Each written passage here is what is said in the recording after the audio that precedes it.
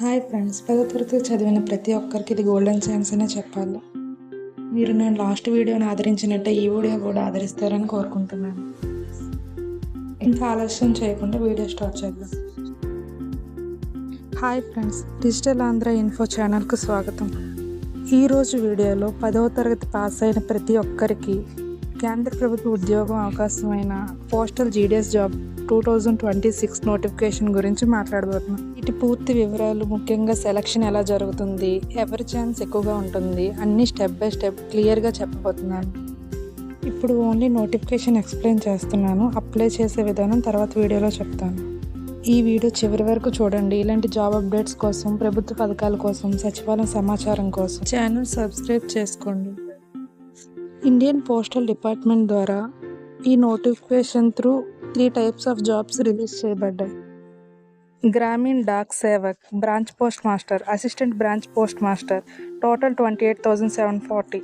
ఇంకా అర్హత విషయానికి వస్తే 10th పాస్ అయిన ప్రతి ఒక్కరూ అర్హులే. బట్ అందులో మ్యాథ్స్ అండ్ ఇంగ్లీష్ సబ్జెక్టులు తప్పనిసరి. లోకల్ లాంగ్వేజ్ చదవడం, రాయడం పక్కాగా రావాలి. మీకు మెరిట్ ఉండి సెలెక్ట్ అయిన లోకల్ లాంగ్వేజ్ రాకపోతే సెలక్షన్ క్యాన్సిల్ అవుతుంది. ఏజ్ లిమిట్ వచ్చేసరికి కనీస వయసు 18 సంవత్సరాల నుండి 40 సంవత్సరాల వరకు ఉండే వాళ్ళు అప్లై చేసుకోవచ్చు. ఎస్సీ, ఎస్టీ, ఓబీసీ, పీడబ్ల్యూ అభ్యర్థులకి ఏజ్ రిలాక్సేషన్ ఉంటుంది. సెలక్షన్ ప్రాసెస్ వచ్చేసి ఎలాంటి ఎగ్జామ్ కానీ, ఇంటర్వ్యూ కానీ లేదు. మీ 10వ తరగతి మార్కుల శాతం ఆధారంగా మెరిట్ లిస్ట్ తయారు చేస్తారు. మార్కులు 4 డెసిమల్ పాయింట్స్ వరకు లెక్కిస్తారు.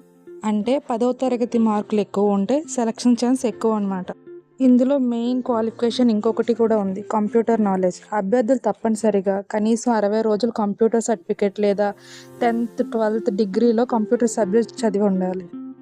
కంప్యూటర్ సర్టిఫికేట్ మీరు సబ్మిట్ చేయకపోయినా సెలక్షన్ క్యాన్సిల్ అయ్యే ఛాన్స్ ఉంది. చాలామందికి వచ్చే main doubt tie break rule. ఒకే మార్కులు ఉన్నప్పుడు ఏజ్ ఎక్కువ ఉండే వాళ్ళని ఫస్ట్ ప్రయారిటీ ఇస్తారు, తర్వాత ఎస్సీ, ఎస్టీ వాళ్ళకి, తర్వాత ఉమెన్ కేటగిరీ వాళ్ళకి. డాక్యుమెంట్ వెరిఫికేషన్ టైంలో మెరిట్ లిస్ట్లో పేరు వచ్చినా, సర్టిఫికేట్ మ్యాచ్ కాకపోతే లేదా ఆన్లైన్ ఫామ్లో చిన్న తప్పు ఉన్నా కూడా సెలక్షన్ క్యాన్సిల్ చేసే అవకాశం ఉంటుంది. అవన్నీ మీరు అప్లై చేసేటప్పుడే క్లారిటీగా చూసుకొని అప్లై చేసుకోవాలి. అప్లై చేసినప్పుడు అప్లోడ్ చేసిన ప్రతి సర్టిఫికేట్ ఒరిజినలే తీసుకుని వెళ్ళాలి. ఇక శాలరీ విషయానికి వస్తే 24,000 నుంచి 29,000 మధ్యలో ఉంటుంది.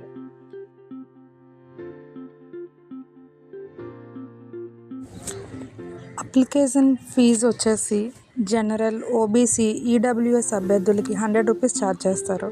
ఎస్సీ, ఎస్టీ మరియు ఉమెన్ కేటగిరీ వాళ్ళకి ఫీజు లేదు. ఈ పోస్టులకి మనం ఆన్లైన్లో అప్లై చేసుకోవాలి. లింక్ డిస్క్రిప్షన్లో ప్రొవైడ్ చేస్తున్నాను. అప్లై చేసేటప్పుడు 10th మార్క్స్ కరెక్ట్గా ఎంటర్ చేశారా లేదా చూసుకోండి. Local language and computer certificate గురించి కూడా చెక్ చేసుకోండి. ఈ పోస్టల్ జీడీఎస్ నోటిఫికేషన్ వీడియో మీకు ఉపయోగపడితే లైక్ చేయండి. మీ ఫ్యామిలీ, ఫ్రెండ్స్కి షేర్ చేయండి. మెయిన్ ఇది ఎవరైతే నీడ్ ఉందో వాళ్ళకి షేర్ చేయడం మర్చిపోకండి. ఛానల్ సబ్స్క్రైబ్ చేయండి. నెక్స్ట్ వీడియోలో కలుద్దాం.